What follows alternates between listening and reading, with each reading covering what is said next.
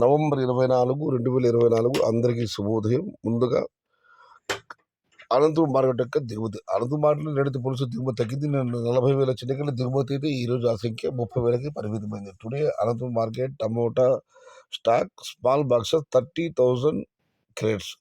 ఇక కలిగిరి మార్కెట్ విషయానికి వస్తే కలిగిరి మార్కెట్ విఏబి మండి అధినేత అక్బర్ గారు ఇచ్చిన సమాచారం మేరకు దిగుమతి అయితే ఇట్లా నుంచి మీద వచ్చింది, కానీ ధర అయితే ఒక్కసారిగా పెరిగింది. స్టాక్ ధర బాగా పెరిగింది.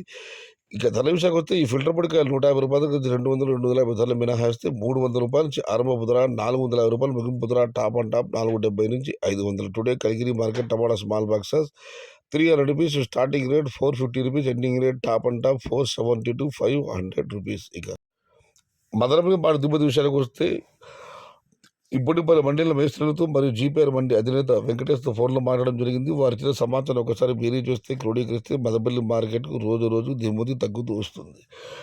దీనికి కారణం అంగన్వాడీల దిగుమతి పెరుగుతుంది, మదనపల్లి మార్కెట్లో దానివల్ల తగ్గుతుంది. మదనపల్లి మార్కెట్లో తొట్టదొసరిగా వేలంపాట 60 భాగ్యలక్ష్మి మండి నుంచి చివరి మండి డిఎస్ఎం వరకు తీసుకుంటూ కూడా అన్ని మండీలకు కూడా నిడత పోలిస్తే దిగుమతి తగ్గి మొత్తం మీద మదనపల్లి మార్కెట్కి అయితే రోజు రోజు దిగుమతి తగ్గుతూ వస్తుంది. నిన్నైతే టాప్ అండ్ టాప్ 1150 రూపాయలు వేయడం జరిగింది. మరి అయితే వాళ్ళు చూడాలి టాప్ ధరలు ఏ మేరకు పడతాయో, ఎంత పడతాయి. ఎందుకంటే దిగుమతి తగ్గింది, కలిగిరి కూడా ధర పెరిగింది.